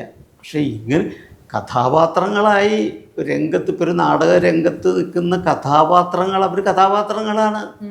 അവർ പറയേണ്ടത് പറയും, സമൂഹത്തോട് പറയേണ്ടത് പറയും, രാഷ്ട്രത്തോട് പറയേണ്ടതൊക്കെ അവർ പറയും ഒരു വേദിയിൽ നിന്ന്. അതിന് അംഗീകരിക്കാൻ ഇഷ്ടമില്ലാത്തവർ അംഗീകരിക്കേണ്ട, അത്രയേ ഉള്ളൂ. അംഗീകരിക്കാൻ ഇഷ്ടമുള്ളവർ അതിനെ അംഗീകരിക്കുകയും വേണം. ഇത്രയേ ഉള്ളൂ അതിനകത്ത്. ഇല്ലാതെ ഇങ്ങനെ പാടില്ല, അങ്ങനെ പാടില്ല, മതം പാടില്ല, രാഷ്ട്രീയം പാടില്ല, സ്ത്രീത്വത്തെ ഒട്ടും അപമാനിച്ചുകൂടാ എന്നൊക്കെ പറഞ്ഞ് ഇങ്ങനെ എഴുതുന്നതിനോട് അങ്ങനെ ഒരു സിനിമ എടുക്കാൻ പറ്റുമോ ശരിക്കും? പറ്റില്ല. അതിലൊരു കോമഡി നിറക്കാൻ പറ്റുമോ? അതാണ്. എന്ത് പറഞ്ഞാലും ആരെങ്കിലും എവിടെയെങ്കിലും ആർക്കെങ്കിലും കേസ് കൊടുക്കാൻ വേണ്ടി വരാം. എന്തു പറഞ്ഞാലും അങ്ങനെ പോയാൽ പിന്നെ ഇവിടെ ഒരു കലാരൂപം ഉണ്ടാവും തോന്നുന്നുണ്ടോ? ഒരു ആസ്വാദനം മാറി, എല്ലാം ഒരു എന്താ പറയുക, പൊതുബോധം മാറി. അപ്പോൾ ഒരു ആസ്വാദനം എന്നുള്ളത് മാറിയിട്ട് ഇപ്പം എല്ലാം അതിൻ്റെ അകത്ത് നിന്ന് എന്തെങ്കിലും കണ്ടന്റ് കിട്ടുക, ആ രീതിയിലേക്ക് മാറിക്കഴിഞ്ഞു അല്ലേ സിനിമ? അങ്ങനെ അന്നത്തെ ഒരു സിനിമ ഇന്നത്തെ ഒരു സിനിമ വിലയിരുത്തുമ്പോൾ സാറിന് എന്താ തോന്നുന്നത്? അതെ, അന്ന് സിനിമ ഒരു വ്യവസായമായിരുന്നു. കലയേക്കാൾ ഉപരി അന്നൊരു വ്യവസായമായിരുന്നു. കാരണം ടെക്നോളജിയുടെ അഭാവം ഭയങ്കരമായിരുന്നു നമുക്ക്, പ്രത്യേകിച്ച് കേരളത്തിലില്ല. എന്തിനെ ആശ്രയിക്കാൻ നമ്മൾ തമിഴ്നാട്ടിൽ പോകണമായിരുന്നു. അപ്പോൾ അങ്ങനത്തെ ഒരു ചെറിയ ടെക്നോളജി ഉപയോഗിച്ച് ഒരു ചെറിയ ബിസിനസ് ചെയ്യുമ്പോൾ അതിൻ്റെ അന്ന് ഫോർമുല സിനിമാസ് എന്നാണ് ഞാനൊക്കെ ചെറുപ്പത്തിലേക്ക് കേട്ടിരിക്കുന്നത്. അതായത് സ്റ്റണ്ട് വേണം, ഇടിയില്ലെങ്കിൽ ശരിയാവില്ല, നായകൻ വില്ലനെ ഇടിച്ച് ചതക്കണം, അത് ഹൂഎവർ ഇറ്റ് ഈസ്. 2 നല്ല പാട്ട് വേണം, അത് പ്രണയം വേണം, അത് പ്രേം നസീർ ഷീലയൊക്കെ ആണെങ്കിൽ ഓക്കെ. അപ്പോൾ ആ പ്രണയം വേണം. അവർ മരം ചുറ്റിക്കോട്ടെ, വഞ്ചി കയറിക്കോട്ടെ, ഒന്നും നമുക്ക് വിഷയമല്ല. നല്ലൊരു പാട്ടിന് നമുക്ക് ആസ്വദിക്കാൻ പറ്റും. പ്രണയം വേണം. ഇനി തമാശ വേണം. അതിന് ബാസി, ബഹദൂർ, SP പിള്ള 3 പേര് മെയിനുണ്ട്. ഇതിലാരെങ്കിലും ഒരാളെങ്കിലും മിനിമം സിനിമയിൽ വേണം. ഇങ്ങനെ വെച്ചിട്ടാണ് ഒരു സിനിമ. ഇനി കഥ എന്താണെന്ന് വെച്ചാൽ പണക്കാരനായ മുതലാളിയുടെ മകളെ കർഷകനായ ഒരു പാവപ്പെട്ട ഒരുത്തം പ്രേമിച്ചു എന്നുള്ളതാണ് കഥ. വേറെ ഒന്നുമില്ല. ഇനി ഇതിനെ കണ്ടുപെട്ടത്, അവന് വാണിംഗ് കൊടുക്കുന്നത്, അവൻ്റെ ജോലി കളയുന്നു, ഇവൻ പ്രേമിക്കുന്നു, ഇവർ കല്യാണം കഴിച്ച് സുഖമായി നിൽക്കുന്നിടത്ത് പടം തീരുന്നു എന്ന് പറയുന്ന ഒരു റിലാക്സേഷനോടെ നമ്മൾ ഇറങ്ങിപ്പോകുന്നു. അപ്പോൾ നമുക്ക് ഈ പറഞ്ഞ പോലെ എല്ലാം ഉണ്ട് മനസ്സിൽ. ദേഷ്യം, പ്രതികാരം, ഇതൊക്കെ വന്നിട്ട് അവസാനം എല്ലാം ഈ സിനിമകളെല്ലാം ഓടിയിട്ടുണ്ട്. പിന്നെ മലയാളത്തിൽ മറ്റൊരു പ്രത്യേകത ഉണ്ടായിരുന്നത് നല്ല സെൻറ്റിമെൻറ്റ്സ് ഉള്ള സിനിമ, തുലാഭാരമൊക്കെ പോലത്തെ ഒരുപാട് കരച്ചിലും സങ്കടമുള്ള സിനിമ. അങ്ങനെയും സിനിമകൾ വന്ന് പേരെടുത്തു പോയി. കാരണം അതും സ്ത്രീകൾക്ക് അന്ന് അതായിരുന്നു ഇഷ്ടം. അതാണ് ഈ സീരിയലിൻ്റെ ബന്ധം.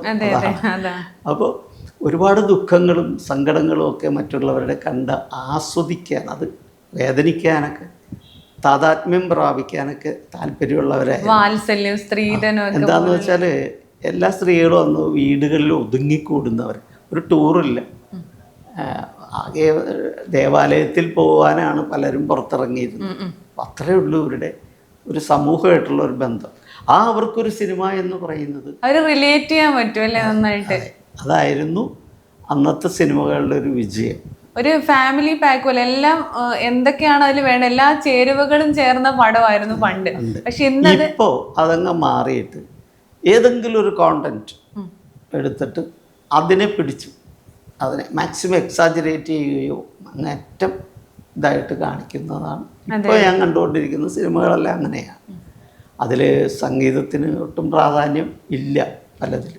ഇപ്പോൾ സാറിൻ്റെയൊക്കെ സിനിമയിലെ പാട്ടുകളാണെങ്കിൽ ഇപ്പം എന്താ പറയുക, കടമഴിയിൽ കമലദളം, തെങ്കാശിപ്പട്ടണം, സോനാരെ സോനാരെ, ഇങ്ങനെ എല്ലാ നമ്മുടെ പഞ്ചാബി ഹൗസിലെ പാട്ട്, എല്ലാ ചതിക്കാത്ത എന്തോലെ പാട്ടൊക്കെ റിപ്പീറ്റഡ് വാല്യൂ ഉള്ള സോങ്സ് ആണ്. ആ സോങ് ഇന്നും നമ്മൾ അതാണ് ഒരു എന്താ പറയുക, ഒരു വിഷമം വരുമ്പോൾ അല്ലെങ്കിൽ കുറച്ചൊന്ന് ആസ്വദിക്കാൻ ഇന്നും ഡാൻസ് ഏതെങ്കിലും ഒരു കോളേജിൽ ഡാൻസുകളൊക്കെ ഉണ്ടെങ്കിൽ ഈ കടമഴിയിൽ കമലദളമൊക്കെ ഉണ്ടാവും. അപ്പോൾ പക്ഷെ ഇന്ന് അങ്ങനെയുള്ള പാട്ട് നമ്മുടെ ഓർമ്മയിൽ തങ്ങി നിൽക്കുന്ന പാട്ടുകൾ വളരെ കുറവാണ്. അപ്പോൾ പാട്ടുകളിന് എങ്ങനെയാണ് സെലക്ട് ചെയ്തത്? എങ്ങനെയായിരുന്നു ഒരു സിനിമയിൽ തന്നെ ഒരുപാട് പാട്ടുകൾ? അതെങ്ങനെയായിരുന്നു? അത് depends upon the music director. ഒരു മ്യൂസിക് ഡയറക്ടർക്ക് അയാളുടെ ഏറ്റവും ഹൈലൈറ്റഡ് ആയിട്ടുള്ള പ്രസൻറ്റേഷൻ എന്താണെന്ന് നമ്മളൊന്ന് സ്റ്റഡി ചെയ്യും. ഇപ്പോൾ ഉദാഹരണത്തിന് Suresh Suresh Peter drummer, actually he's A drummer. അപ്പോൾ ഈ ഡ്രമ്മർക്ക് റിതമിക്കായിട്ടുള്ള പാട്ടുകളാണ് അയാൾ. അപ്പോൾ നമ്മൾ അതിന് കൂടുതൽ പ്രാധാന്യം കൊടുക്കും. ശരിക്കും പറഞ്ഞാൽ ഈ കടമഴിയിൽ കമലതല ഇപ്പോൾ പറഞ്ഞ പാട്ട് അദ്ദേഹം കമ്പോസ് ചെയ്തത് വെറുതെ ആ സ്റ്റിക്ക് എടുത്തിട്ട്, ഡ്രമ്മൊന്നുമില്ല റൂമിൽ, ഞങ്ങൾ രാത്രി ഇങ്ങനെ ചുമ്മാ ഇരുന്നപ്പോൾ ഈ പുള്ളി വന്ന പെട്ടിയുണ്ടല്ലോ, ബ്രീഫ് കേസ്, അത് വെച്ച് അതിൻ്റെ മുകളിൽ ഇങ്ങനെ തട്ടിയിട്ടാണ് ടക്കട്ടെ ടക്കട്ടെ ടക്കട്ടെ ടക്കട്ടെ ടക്കട്ടെ ടക്കട്ടെ ടക്കട്ടെ ട ഇങ്ങനെ അടിച്ചു. ഒരു 4-5 പ്രാവശ്യം അങ്ങനെ കൊട്ടിയപ്പോൾ ഇത് പാട്ടാക്കാം നമുക്ക്, ശരി ഇത് ലിറിക്സ് ആക്കാം, അവൻ തന്നെ പറഞ്ഞു ഇത് നമുക്ക് ലിറിക്സ് ആക്കാം. അപ്പം നമുക്ക് ഓക്കെ. അപ്പം കടമിഴിയിൽ കമലദളം ഈ സ്റ്റൈലായി. ഈ ഇത് വെറുതെ സ്റ്റിക്ക് അടിച്ചാണ്, അത് കൈതപ്രം തിരുമേനി ഇങ്ങനെ എഴുതി തന്നു ആ സ്റ്റിക്കിൻ്റെ. നല്ലൊരു സോങ് ആയി മാറിയില്ല ഈ കടമഴിയിൽ കമലദളം. അപ്പോൾ സാറിപ്പം പറഞ്ഞു അത് ഒരു പെട്ടിയിൽ ജസ്റ്റ് ഒരു താളം കൊട്ടി. അപ്പോൾ അതുപോലെയുള്ള അങ്ങനെയുള്ള പെട്ടെന്ന് നമ്മൾ ചിന്തിക്കാതെ വന്ന സോങ്ങുകളുണ്ട്. ഇപ്പോൾ ഏറ്റവും കൂടുതൽ നല്ലൊരു സോങ്ങാണ് നമ്മുടെ പഞ്ചാബി ഹൗസിലെ സോനാരെ സോനാരെ സ്വർണ്ണനിലാവതി. അതിൻ്റെ ഒരു താളം എന്നൊക്കെ പറയുന്നത് ഇന്നത്തെ പാട്ടുകൾക്കൊന്നും ആ ഒരു താളവും ഇല്ല. അതുപോലെയുള്ള പിന്നെ ഡ്രമ്മറാണ് ഞാൻ പറഞ്ഞില്ലേ, അതാണ് റിതമിക് സോങ്സ് ആണ് പുള്ളിയുടെ. ഇപ്പോൾ ഇത് ഞാൻ ഒരിക്കൽ പറഞ്ഞാണിത്. ഈ തെങ്കാശി പട്ടണത്തിലെ മറ്റൊരു പാട്ടുണ്ട്. ആ പാട്ട് വന്നത് എങ്ങനെയാണെന്ന് വെച്ചാൽ, ഞങ്ങൾ രാത്രി ഈ മ്യൂസിക്കിനെ കുറിച്ച് ഇങ്ങനെ സംസാരിച്ചുകൊണ്ടിരിക്കുകയാണ്. കയ്യിൽ ഗിറ്റാർ വെച്ചിട്ടുണ്ട് പുള്ളി. എന്നിട്ട് ഇങ്ങനെ സുരേഷായിട്ട് ഞാനിങ്ങനെ സംസാരിച്ചുകൊണ്ടിരിക്കുമ്പോൾ അന്ന് ദീപാവലിയായിരുന്നു. അപ്പോൾ ഇവൻ പറഞ്ഞു ദീപാവലിക്ക് ഇവിടേക്ക് ഇவ்வளோ സൈലൻ്റായിട്ട്, ഞങ്ങളുടെയൊക്കെ നാട്ടിലാണെങ്കിൽ ഈ സമയത്തൊന്നും ഇരിക്കാൻ പറ്റില്ല, പടക്കത്തിൻ്റെ ബഹളമായിരിക്കും. പറഞ്ഞു ഇവിടെ അങ്ങനെ ആരും അത്ര പടക്കം പൊട്ടിക്കലൊന്നും ഇല്ല, അത് വിഷുവിനാണ് ഇവിടെ കൂടുതൽ, ദീപാവലി കുറവാണ്. അപ്പോൾ ഞങ്ങളുടെ അവിടെ ഇപ്പോൾ പടക്കം ഇങ്ങനെ എറിഞ്ഞിട്ട് പിള്ളേർ തലയിൽ ഒരു വിളക്കൊക്കെ കത്തിച്ച് വെച്ച് ഈ കരോള് പോകുന്ന പോലെ ഇങ്ങനെ പോവും. അപ്പോൾ അവരൊരു പാട്ട് പാടും. അത് പുള്ളി ഒന്ന് വെറുതെ പാടി കേൾപ്പിച്ചു. അതിങ്ങനെ പൊട്ടാസ് സരവടിയത് കുടിയച്ചു കുടിയന്നൂർ കേക്കടിയത് കുടിയാലവടി പൊട്ടാസ് സരവടി, ഇങ്ങനെ ഒരു പാട്ടും പാടിയിട്ടാണ് ഇവർ പടക്കം പൊട്ടിക്കുന്നതെന്ന് പറഞ്ഞു. അപ്പോൾ എനിക്കിത് ഒരു ഭയങ്കര ക്യാച്ചി ആയിട്ട് തോന്നി. അങ്ങനെ ഇത് ഡിസ്കസ് ചെയ്തു, ഇത് നമുക്ക് വേണം, നമ്മുടെ പടത്തിൽ ഇത് കയറണം, നിർബന്ധമായിട്ട് ഇത് വേണം. അപ്പം എനിക്ക് ആഗ്രഹം ഇത് തമിഴായിട്ട് തന്നെ ഇടാനായിരുന്നു. അപ്പോൾ അത് ഏത് പാട്ടായിരുന്നു നമ്മുടെ തെങ്കാശി? അത് സിത്താറ് തരപ്പെട്ട് ചിട്ട വെച്ച് താളമിട്ട് ചിട്ടാസ്വരം ഒരുക്കി പാടടി സരിഗമ ഒരു സിംഹമലയും കാട്ടിലെ അലയുന്നുവാൻ. അത് ഭയങ്കര അവര് നല്ല രസമാണ്. അത് സത്യം പറഞ്ഞാൽ സീന് തന്നെ, ഒരാൾ സങ്കടത്തിൽ പാട്ട് പാടുമ്പോൾ സന്തോഷത്തിൽ ഡാൻസ് കളിക്കുമല്ലോ ആരൊക്കെ. അതാണ് അതിന് കിട്ടിയ സിറ്റുവേഷൻ. അത് ഒരു ഈ പാട്ട് ഇതിൽ നിന്നുണ്ടായതാണ്, ആ ദീപാവലി സോങ്ങിൽ നിന്നുണ്ടായതാണ്. അപ്പോൾ സുരേഷിനോട് അപ്പോൾ ഞാനിങ്ങനെ ചോദിച്ചു, ഈ പൊട്ടാസ് സരപ്പെട്ടിയത് ഇങ്ങനെ വരുന്ന പാട്ടിൽ ഒരു ദുഃഖഗാനം എങ്ങനെ കണക്പെണ്ണല എന്ന് പറഞ്ഞിട്ടാണ് താന താനന ഇങ്ങനെ ഇട്ട് തന്നത്. അത് ഭയങ്കര രസമായിരുന്നു ആ പാട്ട്. എന്നുവെച്ചാൽ അത് നമ്മൾ സീനുകൾ ഇപ്പം പാട്ടിലാണേലും പിന്നെ സീനുകളിൽ ഒരു ഇമോഷൻ ഉണ്ടാവും, അതിലും കൂടി ഒരു കോമഡി ഉണ്ടാവും. പ്രണയമാണെങ്കിൽ ഇപ്പൊ സംയുക്തയുടെയും നമ്മുടെ സുരേഷേട്ടന്റെയും ഒരു ലവ് സീൻ കാണിക്കുമ്പോൾ അപ്പുറത്ത് ദിലീപേട്ടനെ എല്ലാവരും മറ്റേ മാലയൊക്കെ എടുത്തു കൊണ്ടുപോകുന്ന. അപ്പൊ അതൊക്കെ ഇങ്ങനെ സീക്വൻസ് നമ്മൾ പ്ലാൻ ചെയ്യും. പാട്ട് കേട്ട് കഴിഞ്ഞാൽ നമ്മൾ പിന്നെ സീക്വൻസ് എഴുതിയിട്ടാണ്. അല്ലാതെ വെറുതെ നമ്മൾ ഇന്നത്തെ പാട്ടുകളിൽ പിന്നെ വെറുതെ ആടിപ്പാടി ആ ഒരു സീനിൽ അങ്ങനെ മാത്രം, അല്ലെങ്കിൽ കുറെ പേര് കൂടെ ഡാൻസ് കളിക്കാനുണ്ട്. അതിലേക്ക് നമ്മൾ ഓർത്ത് വെക്കാൻ പറ്റിയ സീനൊന്നും പാട്ടിൽ ഉണ്ടാവില്ല. അതെന്താ അറിയോ, നമ്മള് പാട്ടും ചില ഇമ്പോർട്ടൻറ്റ് സീനുകളും വളരെ സ്പ്ലിറ്റ് ചെയ്ത് എഴുതും ഓരോ ലൈന്. ഉദാഹരണത്തിന് ഒന്ന് പുതുക്കോട്ടയുടെ വടംവലി, അതെങ്ങനെ ഷൂട്ട് ചെയ്യാനാണ്, ഏതാണ് ഷൂട്ട് ചെയ്യേണ്ടത്, എങ്ങനെ എടുത്താലാണ് ഈ വടംവലി വർക്കൗട്ടാണ്. അപ്പം നമ്മൾ ആനയുടെ പോർഷൻസ് എത്ര എണ്ണം വരുമെന്ന് എഴുതും, അത് ഇപ്പുറത്ത് കൗണ്ടർ പോർഷൻ എത്ര വരുമെന്ന് എഴുതും, കമ്പൈൻ പോർഷൻ എത്ര വരുമെന്ന് എഴുതും, എന്നാലും ഇത് വർക്കൗട്ട് ആവും. ഇതിനിടയിൽ ക്ലോസപ്പുകളുണ്ട്, ആനയുടെ കാല്, ആനയുടെ വായ, ഇതൊക്കെ നമ്മളിങ്ങനെ ക്ലോസപ്പുകൾ. ഇപ്പോൾ അമ്പിളിച്ചേട്ടൻ്റെ അങ്ങനെ അങ്ങനെ അങ്ങനെ അങ്ങനെ അങ്ങനെ വെക്കണം. ഇത് എഴുതി വരുമ്പോൾ ഒരു 10-90 ബ്രേക്ക് ഔട്ട്സുകളുണ്ട്. ഇതിന് മനോഹരമായി ഷൂട്ട് ചെയ്തെടുത്താൽ മാത്രമേ ഇത് എഡിറ്റ് ചെയ്യാൻ പറ്റൂ. ഇത് തന്നെ ഞങ്ങൾ സോങ് വരുമ്പോൾ എന്താണെന്ന് വെച്ചാൽ ഇതിലെത്ര ഡാൻസ് പോർഷൻ പോകും നോക്കും, അത് ഡാൻസ് മാസ്റ്റർക്ക് വിട്ടുകൊടുക്കും. ഇതാ ഇത് ഡാൻസ് പോർഷനാണ്, ഈ ലൈൻസ് എല്ലാം പറയും, ഇത് ഞങ്ങൾ എടുത്തോളാം. അപ്പം അതിൻ്റെ കണക്ടിവിറ്റി പറഞ്ഞു കൊടുക്കും. അല്ലെങ്കിൽ മാസ്റ്റർ ചെയ്യാൻ പോകുന്നത് ഇങ്ങനെയാണെന്ന് പറഞ്ഞാൽ അതിൽ നിന്നും കണക്ട് ചെയ്ത് നമ്മുടെ സീനിലേക്ക്. ചിലപ്പോൾ കണക്ട് ചെയ്യാൻ പറ്റിയില്ലെങ്കിൽ ഇത് നമ്മളിവിടെ ഡാൻസ് നടക്കുന്നതിൻ്റെ ബാക്കിൽ നടക്കുന്ന ഒരു സംഭവത്തിലേക്ക് സൂം ചെയ്ത് കൊണ്ടുപോയി അവിടെ കാണിക്കും. അപ്പോൾ ഇങ്ങനെ ഇങ്ങനെ ഇങ്ങനെ മൊത്തം കണക്ട് ചെയ്യും നമ്മൾ. വലിയൊരു ഡയറക്ഷൻ തന്നെ നടക്കുന്നത്. അതെ, ഇല്ലാതെ ചുമ്മാ ഇത് മാസ്റ്റർ എടുക്കാവുന്ന അത്ര എടുക്കട്ടെ, അത് കഴിഞ്ഞ് നമ്മൾ കുറച്ചെടുക്കാന്ന് പറഞ്ഞ് എഡിറ്റ് ചെയ്താൽ ഇത് വർക്കൗട്ട് ആവില്ല, ബോറടിക്കും ജനത്തിന്. പക്ഷേ ഇത് ലിങ്ക്ഡ് ആക്കണം, നല്ല കറക്റ്റ് ലിങ്ക് ചെയ്യണത്. ഇന്നൊക്കെ അതിന്റെ ഒരു അഭാവം നന്നായിട്ടുണ്ട്. വെറുതെ ഒരു പാട്ട് സീന് ജസ്റ്റ് ഇങ്ങനെ നായകനും നായികയും മാത്രം ഒന്നുകിൽ ഇങ്ങനെ നടക്കുക, അല്ലെങ്കിൽ കൈകോർത്ത് നടക്കുക, കെട്ടിപ്പിടിക്കുക, അവരൊരു ഉമ്മ വെക്കുക, ഇങ്ങനെയൊക്കെ കഴിഞ്ഞു. ആ പാട്ടൊന്ന് പെട്ടെന്ന് ആ സീനൊന്നും നമുക്ക് ഓർത്തിരിക്കാൻ പോലും ഉള്ളൊരു സീന് മൈൻഡിലില്ല നമുക്ക്. അത് പക്ഷേ അങ്ങനെ പറയുമ്പോൾ നമുക്ക് പഴയ കാലത്തെ ചില പാട്ടുകളിലേക്ക് പോകേണ്ടി വരും. പണ്ട് നസീർ സാറ്, ഷീലാമ്മ, ഇങ്ങനെയുള്ളവരെല്ലാവരെയും കൂടി ഇപ്പോൾ മെറിലാൻഡ് സ്റ്റുഡിയോ പോലത്തെ സ്റ്റുഡിയോയിലേക്ക് ഒന്ന് വന്നിട്ട് അവർ ആ ഗേറ്റ് അടച്ചു കഴിഞ്ഞാൽ ഫുൾ ഷൂട്ട് 15 ദിവസം കൊണ്ട് തീർത്ത് സിനിമ ഇറക്കുമായിരുന്നു.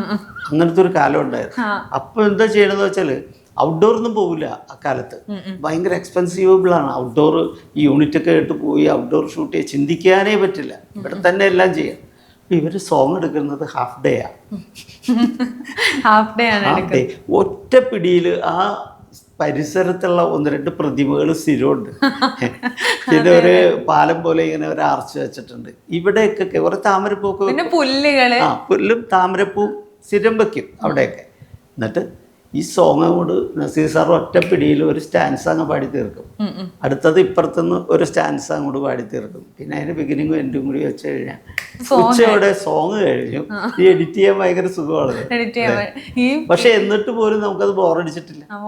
നമ്മളത് കണ്ടു, അത് കണ്ടുകൊണ്ടേയിരിക്കും. ഇതേ പ്രതിമ ഇനി അടുത്ത സിനിമയിൽ നമ്മൾ കാണുന്നുണ്ട്, പക്ഷെ നമുക്കത് വിഷയമായിരുന്നില്ല. അത് പക്ഷെ പ്രേം നസീറും ഷീലയ്ക്കും ഒരു പ്രത്യേക ആരാധകരുള്ളത് കൊണ്ടാണ്, ആരാധകരുള്ളതുകൊണ്ടാണ്, അതുകൊണ്ടാണ് നമ്മൾ അത്രയ്ക്ക് ആരാധിക്കുന്നുണ്ടായിരുന്നു. കാരണം ഒന്ന് അവരല്ലാതെ വേറെ ആരുമില്ല, പിന്നെ ഒന്ന് ഇവരുടെ ഒരു ഈ മലയാളത്തിൻ്റെ പ്രണയം എന്ന് പറയുന്നതിൻ്റെ ബേസ്മെൻറ്റ് ഇവരായിട്ട്. കോളേജുകളിൽ പ്രണയവും എല്ലാ പ്രണയവും കോളേജിലായിരുന്നല്ലോ പ്രണയം വന്നത്. ഇപ്പൊ സ്കൂളുകളിലും ഒക്കെ ആയി. അന്ന് അങ്ങനെയില്ല, അന്ന് കോളേജുകളിൽ മാത്രമേ പ്രണയം സ്റ്റാർട്ട് ചെയ്യുന്നത്. അപ്പോൾ ആ പ്രണയത്തിൻ്റെ ആധാരം എന്ന് പറയുന്നത് മലയാള സിനിമയിലെ നായകനും നായികയുമാണ്. ഹൂയവർ അതിനെ പ്രത്യേകിച്ച് നസീർ സാറിനെ ഇമിറ്റേറ്റ് ചെയ്തായിരുന്നു എല്ലാവരും പ്രണയിച്ചിരുന്നത്. അതിന് ഒരു ഭംഗിയുണ്ടായിരുന്നു. അതെ, ഭയങ്കര അത് നസീർ സാറില്ലെങ്കിൽ സിനിമയ്ക്ക് പോകാറില്ലായിരുന്നു. എനിക്ക് ബുദ്ധിമുട്ടായിരുന്നു. പിന്നീടാണ് ഞാൻ മറ്റുള്ളവരൊക്കെ ഇഷ്ടപ്പെട്ടു വന്നത്. പിന്നെ രാഘവേട്ടനും സുധീർ സാറൊക്കെ വന്നപ്പോൾ ഒരു ചേഞ്ച് വന്നു. കാരണം അവരുടെ ഇടിക്കൊക്കെ വ്യത്യാസം വന്നപ്പോൾ നമ്മൾ അതിലേക്ക് പ്രണയം മാറി. എനിക്ക് നല്ല ഓർമ്മയുണ്ട്. ഈ രാഘവേട്ടൻ്റെ ഒരു സിനിമ ഉദയം എന്ന് പറഞ്ഞൊരു സിനിമ കാണാൻ പോയത് ഭയങ്കര ഫൈറ്റാണ്. വേറെ ഒന്നുമല്ല, അത് സ്പീഡ് മോഷനാണ് സംഭവം. ഭയങ്കര സ്പീഡിലാണ് അവർ എഡിറ്റ് ചെയ്തിരിക്കുന്നത്. അതുകൊണ്ട് ആണ് ആ ഇടി നമുക്ക് ഇടിയുടെ ആ സൗണ്ടൊക്കെ പെട്ടെന്ന് ഇന്ന് ശരിക്കും മിസ് ചെയ്യുന്നത്. ആ ഇടിയുടെ സൗണ്ടൊക്കെ ഭയങ്കര നാച്ചുറൽ ആയിട്ട് ഉള്ള ഒരു കാര്യമായിരുന്നു. അതൊക്കെ അന്ന് ചെയ്തിരുന്നത് ഞാൻ പലതും പോയി കണ്ടു. പഴയ മെറിലാൻഡ് സ്റ്റുഡിയോയിൽ ഡാർക്ക് റൂം ഉൾപ്പെടെ എല്ലാം ഞാൻ ഒരു ദിവസം പോയി കണ്ടു. സാറിന് ഇപ്പോഴും എന്താ പറയാ ഭയങ്കര ഇനി സിനിമ എന്ന് പറയുന്നത് രക്തത്തിൽ അലിഞ്ഞു ചേർന്ന ഒരു. ഞാനൊരു 7ാം ക്ലാസ് മുതൽ പ്രൊജക്ടർ ഉണ്ടാക്കി തുടങ്ങിയ ആളാണ്. പ്രൊജക്ടർ എനിക്ക് ഭയങ്കര നിർബന്ധമായിരുന്നു. സ്വന്തമായൊരു പ്രൊജക്ടർ വേണം, സ്വന്തം സിനിമ വേണം. അതിനുവേണ്ടി ഈ ഫിലിം അന്ന് ഇവിടെ കിട്ടാൻ ബുദ്ധിമുട്ടാണ്, ഫിലിമില്ല. അത് എന്നെപ്പോലൊരു കുട്ടിക്ക് ഒരു സിനിമ, ഒരു റോൾ ഫിലിം കിട്ടണമെങ്കിൽ ഭയങ്കര പാടാണ്. ഞാൻ കോയമ്പത്തൂർ ഉക്കട മാർക്കറ്റിൽ പോയിട്ടാണ് ഇത് മേടിച്ചത്. അത് ആ പ്രായത്തിൽ ആരും കാണാതെ പോയി. 8ാം ക്ലാസ്സിലാണ് ഞാൻ പോയത്. 8ാം ക്ലാസ്സിൽ വെച്ച് പഠിക്കുമ്പോൾ ഇവിടെ ഹിന്ദു പേപ്പർ അന്ന് ഇവിടെ ഇല്ല, അവിടെയാണ് പ്രിൻ്റ് ചെയ്യണേ. അത് വെളുപ്പിനൊരു മണിയെണ്ണൻ കൊണ്ടുവന്ന് ഇവിടെ ഇട്ടിട്ട് പോകും. കാലിയാണ് ആ കാറ്, ഞാൻ അതിൽ പോകും. അതിൽ കയറി കോയമ്പത്തൂർ പോയി വാങ്ങിയിട്ട് വരും. ബസ്സിനൊക്കെ പോയി എപ്പോഴും എത്താൻ പറ്റൂല. അപ്പൊ അത്രയും ഇവിടുന്ന് കോയമ്പത്തൂർ വരെ പോവാന്ന് പറയുമ്പോ എന്തൊരു എന്നെ എറണാകുളത്ത് വിടില്ല ഒറ്റക്ക്. ആ സമയത്താണ് ഞാൻ പോയത്. വീട്ടിൽ നിന്ന് എറണാകുളത്ത് ഒറ്റക്ക് വിടാതെ? അതെ, ഞാൻ വിടില്ലായിരുന്നു. പക്ഷെ എന്നാലും ഞാനിതൊക്കെ മറികടന്ന് കോയമ്പത്തൂർ ഉക്കട മാർക്കറ്റിൽ കയറി ഒരു റോൾ ഫിലിം 5 രൂപയ്ക്ക് വാങ്ങി. പിന്നെ കുറേ കട്ട്സ് വാങ്ങി. അത് അവർ പറഞ്ഞ ഒരു ഗജം 1 രൂപ എന്നാണ്. ഒരു ഗജം എന്ന് പറഞ്ഞാൽ ഇത്ര. അത് നമ്മൾ 50 പൈസയാക്കി ബാർഗെയിൻ ചെയ്ത് അയാൾ 10 ഗജം മേടിച്ചു. തമിഴ് കളർ 10 ഗജം എന്നൊക്കെ പറഞ്ഞാൽ അങ്ങനെ. കൊച്ചു പയ്യന്റെ മോഹമായിട്ട് അപ്പോൾ അവർ നമ്മളെ മുതലെടുക്കുന്നുണ്ട്. ഇത് 1 രൂപ 50 പൈസ വരും എന്ന് വെച്ചാൽ എന്താ, ഇത് കളറ് MGR പടം. MGR കയറുമ്പോൾ കാശ് മാറും. വെറുതെ ഇവര് അവിടെ കളയുന്ന റഷസാണിത്. തമിഴ് മദ്രാസിൽ നിന്ന് കളയുന്ന റഷസാണ് ഇതെല്ലാം. ഇവിടെ 1 രൂപ വെച്ചാൽ ഞാൻ എല്ലാം മേടിച്ചു. എന്നിട്ട് നമ്മൾ ഇവിടെ കൊണ്ടുവന്ന് പ്രൊജക്ടർ ഉണ്ടാക്കി. ഓഹ്, എന്തെല്ലാം കഷ്ടപ്പെട്ടിട്ട്. പ്രൊജക്ടർ ആ ഒരു 8ാം ക്ലാസ്സിൽ തന്നെ ഉണ്ടാക്കാൻ. അപ്പൊ ആരാ പഠിപ്പിച്ചെന്ന് പ്രൊജക്ടർ ഉണ്ടാക്കാൻ? സ്വന്തമായിട്ട് ആര് പഠിപ്പിക്കാൻ? അന്ന് പിന്നെ അറിയാവുന്നവരെയൊക്കെ കണ്ടെത്താൻ ശ്രമിച്ചു. കണ്ടെത്തി അത് കുറേ വിജയിച്ചു. ഇപ്പോൾ ഇവിടെ ആരാധന തിയേറ്റർ ഉണ്ടായിരുന്നു, അവിടുത്തെ പ്രൊജക്ടർ ഓടിക്കുന്നവനെയൊക്കെ കണ്ടു. അതിൻ്റെ ഉത്ഭാവം എങ്ങനെയാണെന്ന് പഠിച്ചു. അങ്ങനെ ഓരോ സ്ഥലത്തും. അന്നേരം എഴുതുമായിരുന്നു എന്തെങ്കിലും ചെറുതായിട്ട്? 8ാം ക്ലാസ്സിലേക്ക് മിനിക്കഥകളുടെ ആളായിരുന്നു ഞാൻ. അതിപ്പോഴും കുറേ എൻ്റെ കയ്യിലുണ്ട്. മിനി കവിതകളൊക്കെ എഴുതി. അതെല്ലാം കൂടി ഒരു പുസ്തകം കണ്ട് ഒരെണ്ണം ഇറക്കി. ഒരു പുസ്തകം ഇറക്കി. മമ്മൂക്കയാണ് പ്രകാശനം ചെയ്തത്. ഇത് കുത്തിവരകൾ. അപ്പൊ അത് അന്നേ ഉള്ള എഴുതി കൂട്ടിയ കഥകളാണ്. അപ്പൊ അതിന്റെ അകത്തുനിന്ന് ഏതെങ്കിലും ഇനി സിനിമയായിട്ട് എങ്ങാണ്ട് വരണം എന്ന് ആഗ്രഹിക്കുന്നുണ്ടോ? അതിൽ നിന്നില്ല. കാരണം അതെല്ലാം ചെറിയൊരു ആശയം മാത്രമാണ്. ഒരു സിനിമ കോണ്ടന്റ് ഇല്ല അതില്. അല്ലാതെ തന്നെ ഒരുപാട് എഴുതുന്നുണ്ടല്ലോ അല്ലെ ഇപ്പോഴും. ഇപ്പൊ ഞാൻ വരുമ്പോഴാണ് സാർ എഴുതുമായിരുന്നു പുതിയൊരു. എഴുതിക്കൊണ്ടേ ഇരിക്കണം നമ്മൾ, അല്ലെങ്കിൽ നമ്മുടെ ബ്രെയിൻ വർക്ക് ചെയ്യില്ല.